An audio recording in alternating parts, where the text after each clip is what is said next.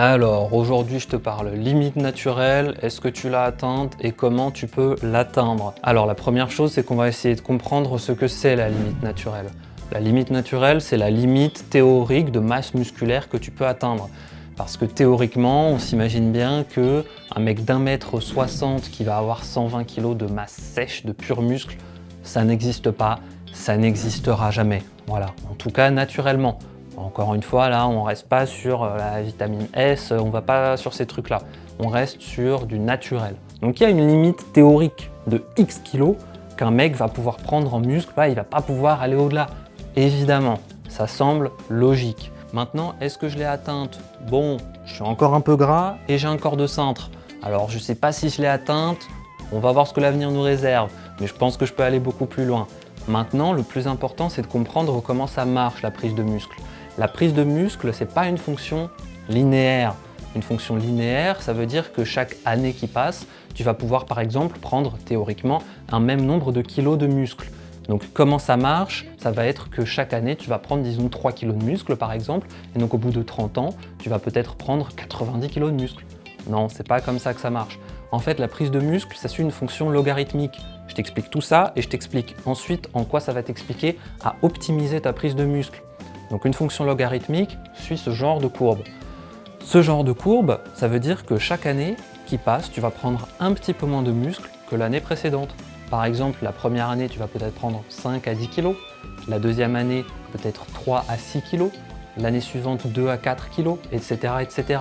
Mais maintenant, ça veut dire qu'au bout d'un moment, certes, ça va forcément beaucoup ralentir. Si tu fais 20 ans de prise de masse sèche, très propre, que tu t'entraînes de manière nickel, imaginons que tu atteignes les 80-90 kg, voilà, tu atteins un très beau physique, et bah forcément chaque année tu vas avoir du mal à prendre ne serait-ce qu'un kilo de muscle en plus.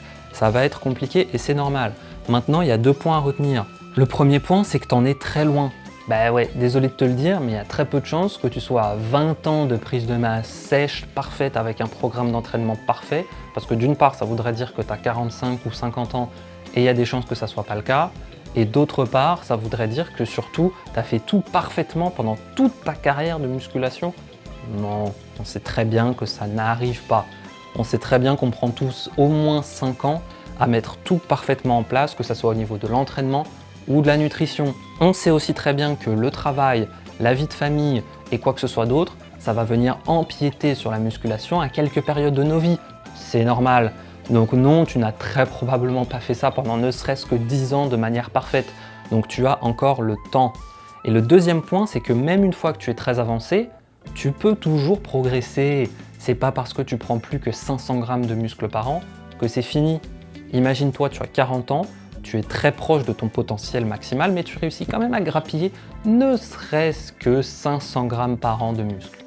500 grammes par an de muscle, ça veut dire que théoriquement, au bout de 10 ans, tu peux atteindre les 5 kilos de muscle en plus. Alors bien sûr, à cet âge-là, ça sera peut-être plus compliqué, mais c'est toujours possible et dans tous les cas, tu pourras au moins maintenir ton physique. Le plus important, c'est de d'une part te donner à fond si c'est un sport que tu apprécies et d'autre part pour ta santé. Voilà, donc j'espère que cette petite vidéo t'aura plu.